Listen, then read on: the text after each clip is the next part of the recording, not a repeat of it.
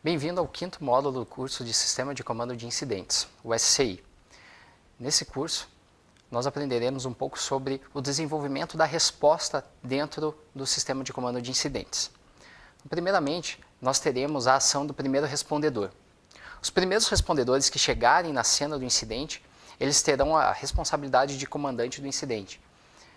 Então, todas as funções que existem na estrutura estarão sendo desenvolvidas por eles, e eles farão também, além do atendimento, a reunião de informações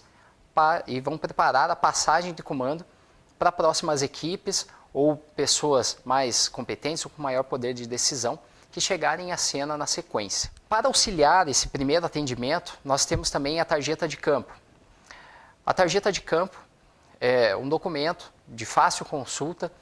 que especifica alguns passos que devem ser tomados pelo primeiro respondedor, de maneira que a ação dentro desse incidente seja organizada e que ele reúna realmente todas as informações necessárias para depois poder fazer a transferência de comando. Então, primeiramente, ele vai ter a sua chegada até o local da ocorrência e ele precisa informar essa chegada à sua central de comunicação. Se houver outras instituições que estiverem chegando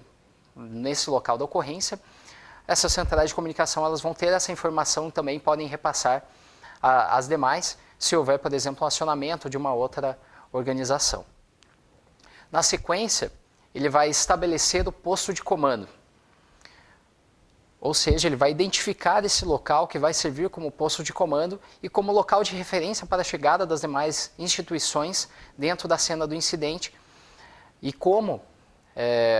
elas se integrarão dentro da estrutura. Então, a partir da chegada e a identificação dentro do posto de comando de incidentes, através da conversa com essas pessoas que já estão fazendo a resposta, elas vão se integrar, então, dentro do atendimento. Ele tem aquelas questões que devem ser olhadas, aquelas particularidades que a gente conversou no módulo anterior, que deve estar num local seguro, que tenha fácil visualização da ocorrência e que tenha comunicação com a sua sala de operações, por exemplo. Ele não deve estar dentro da área quente do incidente, até porque as demais instituições, organizações que chegarem até esse local vão até ele para daí se integrar ao atendimento em si. Então, essas particularidades também têm que ser vislumbradas. A terceira situação, que vai ser desempenhada, né, pela equipe dos primeiros respondedores, vai ser a avaliação da situação. Então, eles vão ver todas as peculiaridades da ocorrência, então, questões climáticas, o que aconteceu em si, se há vítimas ou não há vítimas, como é possível a evolução daquele evento e assim por diante. Então, todos esses passos vão ser seguidos pela equipe do primeiro respondedor para verificar como será a ocorrência, né, como será a melhor forma de dar o atendimento a essa ocorrência, que entra também nos próximos passos. Né. O passo seguinte, né, depois ele ter avaliado essa situação, ele vai estabelecer o perímetro de segurança, ou seja, ele vai dividir a área em que as equipes de resposta podem entrar e a área que as demais pessoas devem parar, até o limite até onde as outras pessoas podem se aproximar do marco zero, né, ou do ponto focal do acidente ou do incidente.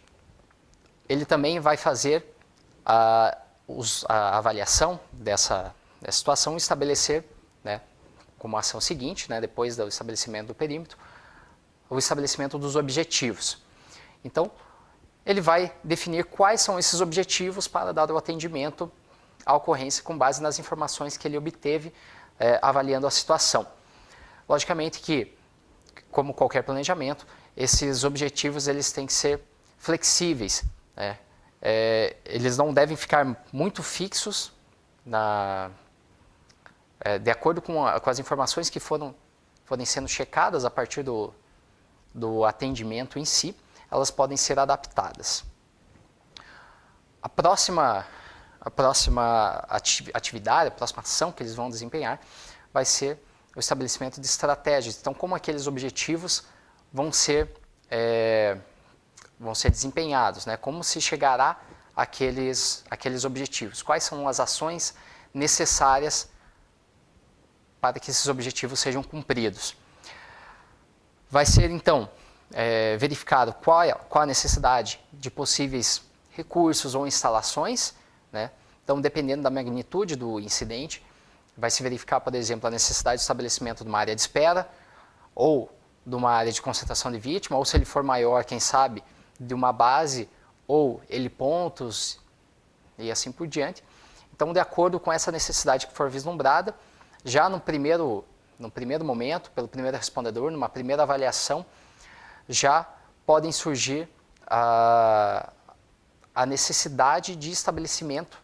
né, dessas estruturas específicas. Então, ele já pode ter isso em mente quando ele for fazer alguma solicitação ou passar essas informações à frente para uma próxima pessoa que assuma o comando da ocorrência. A última atividade que ele vai fazer, né, a oitava dentro da tarjeta de comando, a tarjeta de campo, é fazer a reunião das informações para a transferência do comando. Então, todas essas informações que ele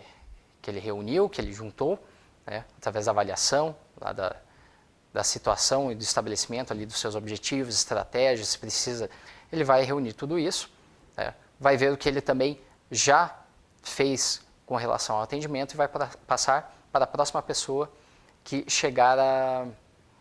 a assumir o comando do incidente. Importante que, quando houver essa passagem de comando, né, a próxima pessoa que assumir, deve informar dentro do canal de comunicação estabelecido que houve esse comando e que ela, naquele momento, é quem está assumindo o comando do incidente, para que as demais pessoas, demais instituições que chegarem à cena se reportem a ela. Além disso, né, após essa resposta inicial, né, que é dada pelos primeiros respondedores, nós começamos então a entrar num ciclo de atividades, que é chamado de ciclo de planejamento operacional. Dentro do ciclo de planejamento operacional, que também é conhecido como ciclo P, ele tem uma resposta inicial e a partir daí, a partir da passagem de comando e com o estabelecimento de uma estrutura mesmo do SCI, com maior corpo, né, nós teremos a reunião do comando do incidente, avaliando toda aquela situação, teremos uma reunião tática que estabelecerá estratégias, objetivos para que são possíveis para o atendimento àquela ocorrência, uma reunião de planejamento que vai vislumbrar se essas estratégias táticas estão coerentes com os objetivos que foram discutidos lá na reunião de comando, e a partir daí se implementa, né, se redige e implementa um plano de ação do incidente, com base nos formulários que já foram apresentados anteriormente, e esses formulários são todos congregados, né, como um guia para as equipes de resposta. A partir do estabelecimento desse plano de ação do incidente, haverá um briefing com as equipes de resposta pelo chefe da seção de operações, né? Ou seja, ele vai passar todos aqueles objetivos de quais ações e estratégias vão ser implementadas, e a seguir as equipes de resposta em si vão executar aquelas ações e vai ser feita uma avaliação ao final desse período operacional dos resultados que foram obtidos com a realização dessas ações, dessas estratégias que foram implementadas dentro desse ciclo. Então, com essa reavaliação, volta-se à reunião de comando, os objetivos são renovados, as estratégias são renovadas, né, vai ser elaborado um novo plano de ação do incidente e o ciclo recomeça. Então, esse ciclo de planejamento operacional, ele é realizado, né, de maneira consecutiva a cada final de período operacional. É importante também salientar que essas informações vão subsidiar divulgação depois, posteriormente, para uma mídia, né, e para a população. Então, essas informações que vão sendo reunidas dentro dessas reuniões vão possibilitar a preparação de releases, né, e de saída de informações que possam subsidiar a informação da população e da sociedade como um todo. Então, com base nessa estrutura de atendimento, nós temos uma resposta inicial e um ciclo de planejamento, nós podemos pensar, enfim, no atendimento à ocorrência em si, em que algumas equipes vão ser chamadas para o atendimento a uma ocorrência, elas vão chegar a se estabelecer, vão dar esse primeiro feedback sobre o que aconteceu em si, vão dar o primeiro atendimento às vítimas que ali se encontram. Por exemplo, se for uma grande quantidade de vítimas, se uma colisão com transporte coletivo, por exemplo, que terá vítimas de toda a sorte, nós teremos várias instituições que estarão se integrando ali para fazer o atendimento a essa situação. Com isso, algumas equipes vão chegar antes, algumas vão chegar depois, e com certeza, vendo-se a situação e que ela tenha uma gravidade expressiva, vão ser acionados recursos maiores,